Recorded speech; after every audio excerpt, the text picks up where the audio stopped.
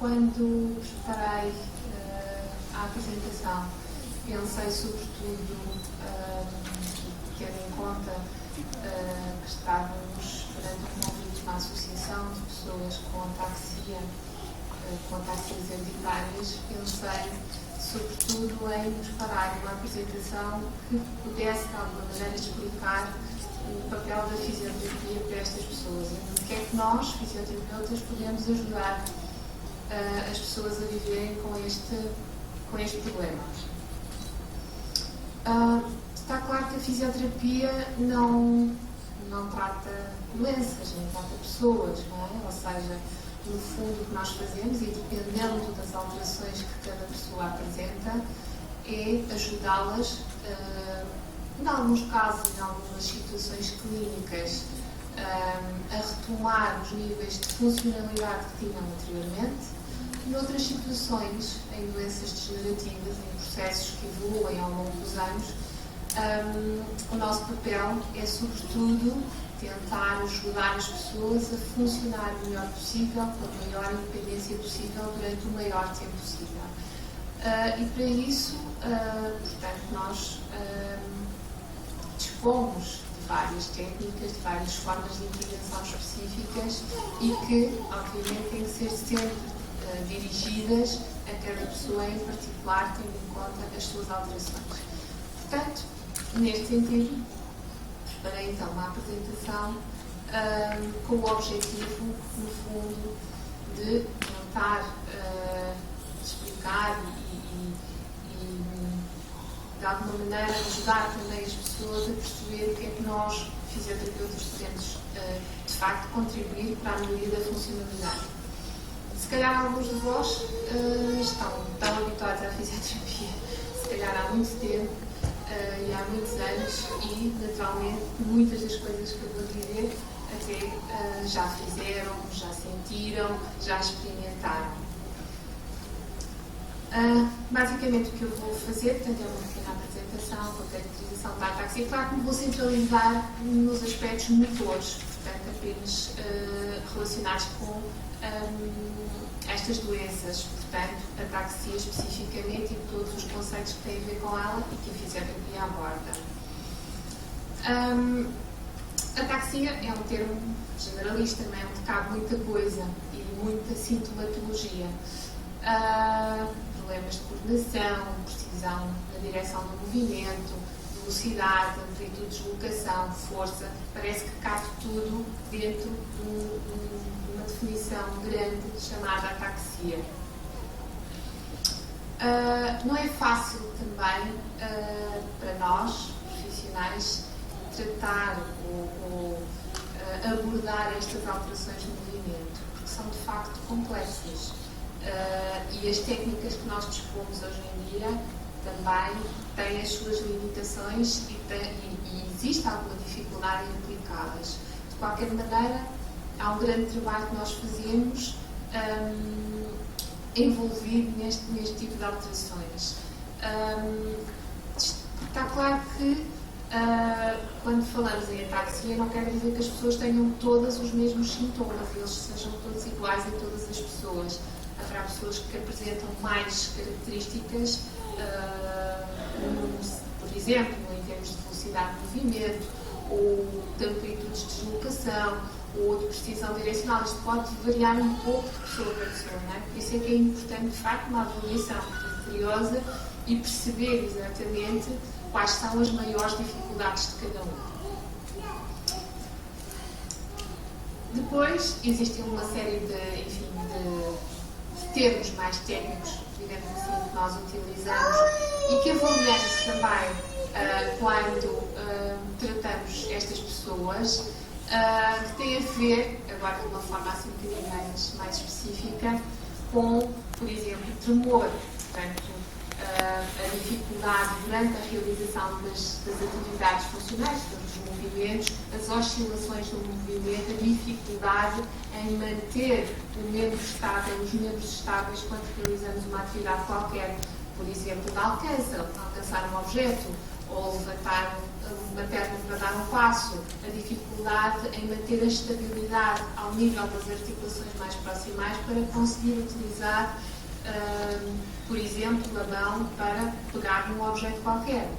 Ou fenómenos de dismetria, por exemplo, quando se tenta alcançar um objeto, ser difícil dirigir o movimento para o alvo de forma precisa. Por vezes, o movimento vai além do alvo, fica aquém do alvo. Portanto, estes serão outros problemas que muitas vezes surgem. Ou dissinergias, a dificuldade em realizar um movimento suave, numa sequência dita controlada. Portanto, também é outro dos fenómenos que muitas vezes acontece.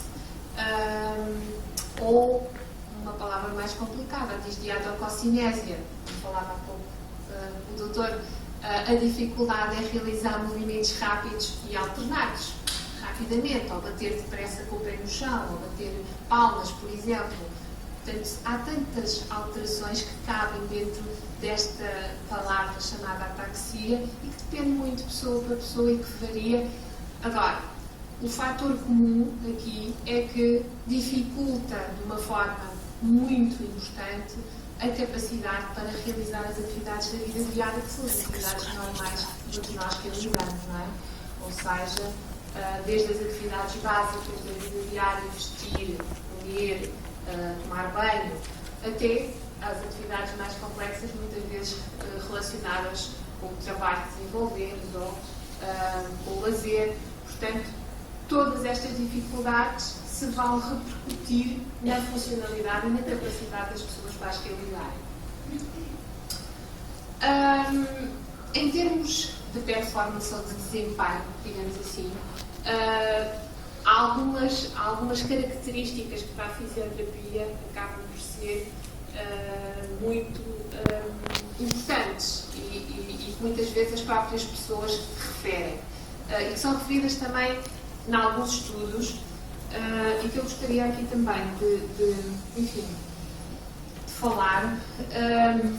Não tem sido de facto uma área onde se tenha havido grande investigação por parte da própria fisioterapia. Não tem havido um investimento muito grande. Em anos mais recentes, tem começado a haver mais investigação nesta área sobre os efeitos da fisioterapia e sobre a melhor abordagem para estas alterações. De qualquer forma, de facto, aquilo que existe disponível neste momento não é muito.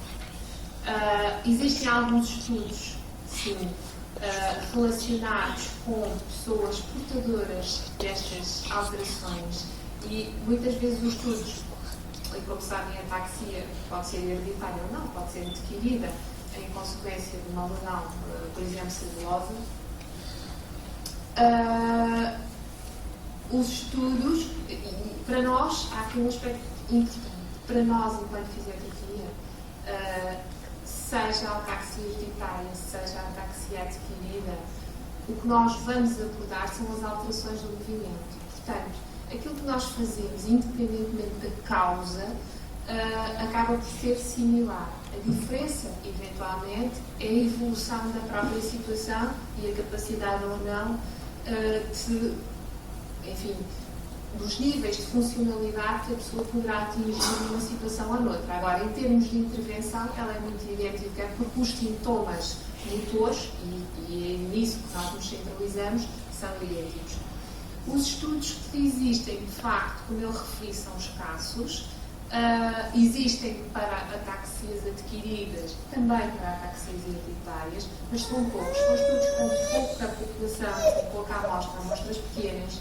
Muitos deles são estudos de caso, portanto, em que são acompanhadas pessoas durante alguns anos e onde se vai relatando depois, em termos mais científicos, os resultados de uma determinada intervenção, mas que ainda hoje são reduzidos, digamos assim, para nós dizermos com alguma certeza o que é melhor ou o que é pior, digamos assim. Portanto, então, penso que ainda há um percurso grande a percorrer nesta área, embora a evidência comece agora a surgir. Existem, de facto, estudos vocacionados para, portanto, o estudo assim, destas alterações de performance e os efeitos da fisioterapia nestes aspectos, nomeadamente marcha táxica, um problema que as pessoas referem muitas vezes, que às vezes são coisas que nós, de facto, quando não temos estes problemas, não pensamos. Dificuldade, por exemplo, em levar-se na ponta dos pés, que é uma coisa que parece muito simples, mas que se calhar quem tem táxi sabe como é difícil fazer às vezes estas coisas tão simples, mas a dificuldade em manter o equilíbrio e manter a estabilidade é muito grande. E um movimento tão simples como este pode ser completamente impossível de realizar. A oscilação postural, que está presente habitualmente nestas pessoas, tem muita dificuldade em manter a estabilidade e às vezes não é a estabilidade quando estamos quietos, ou seja, quando estamos em pé, sem movimento, com os braços ao longo do corpo. Muitas vezes nós associamos o facto de a pessoa conseguir ficar em pé a grande equilíbrio. Isto não é verdade. Nós, quando estamos em pé e afastamos, se temos menos equilíbrio, afastamos mais as pernas e aumentamos a base de sustentação e mantemos-nos mais estáveis. E por vezes as pessoas que têm um equilíbrio difícil tendem a fixar-se muito num ponto, ou seja, oscilam um pouco. O que é que eu quero dizer com isto? Quero dizer que às vezes a oscilação não é um bom indicador de que a pessoa, a oscilação de quieto, não é? Na posição de pé, sem movimento, não é um bom indicador de se a pessoa tem um bom equilíbrio ou não, precisamente porque há muitas pessoas que têm um mau equilíbrio, digamos assim, não é a palavra mais correta, mas não, e que tendem a fixar-se num ponto de uma forma muito precisa e, de facto, o equilíbrio delas não é bom. Há estudos que provam isto, estudos feitos em plataformas de forças, e onde se mostrou de facto que isto acontece muitas vezes em pessoas com mau equilíbrio. E ao invés, por exemplo, pessoas com equilíbrio bom, por exemplo, os bailarinos, há estudos com bailarinos feitos em plataformas de força em que os bailarinos em cima das plataformas oscilam muito quando estão na posição vertical, estática, digamos assim. Embora o estático, em termos de equilíbrio, é uma coisa que não existe, mas para diferenciar de quando estamos a fazer movimento. Bom, de qualquer maneira, a oscilação postural é algo que existe também nestas pessoas, sobretudo quando, para além da pessoa estar, por exemplo, em pé, precisa de mover os membros. E aí é que a estabilidade se perde e é difícil manter o equilíbrio, não é? Portanto, também é um aspecto importante. Depois, a ação dos membros superiores, ou seja, no fundo, o controle postural é necessário para fazermos tudo aquilo que nós precisamos de fazer na vida do dia a dia, não é? Ou seja, para movermos os braços, para buscar objetos, para comer, para tudo, precisamos de manter a estabilidade do corpo e a estabilidade proximal e do tronco para podermos mover os membros de forma controlada. Este problema é um problema muito presente nas pessoas que sofrem de ataxia, porque têm muita dificuldade em realizar estas atividades ao mesmo tempo, ou seja, controlar o seu corpo, do ponto de vista mais proximal, para libertar os membros para realizar atividades de estática.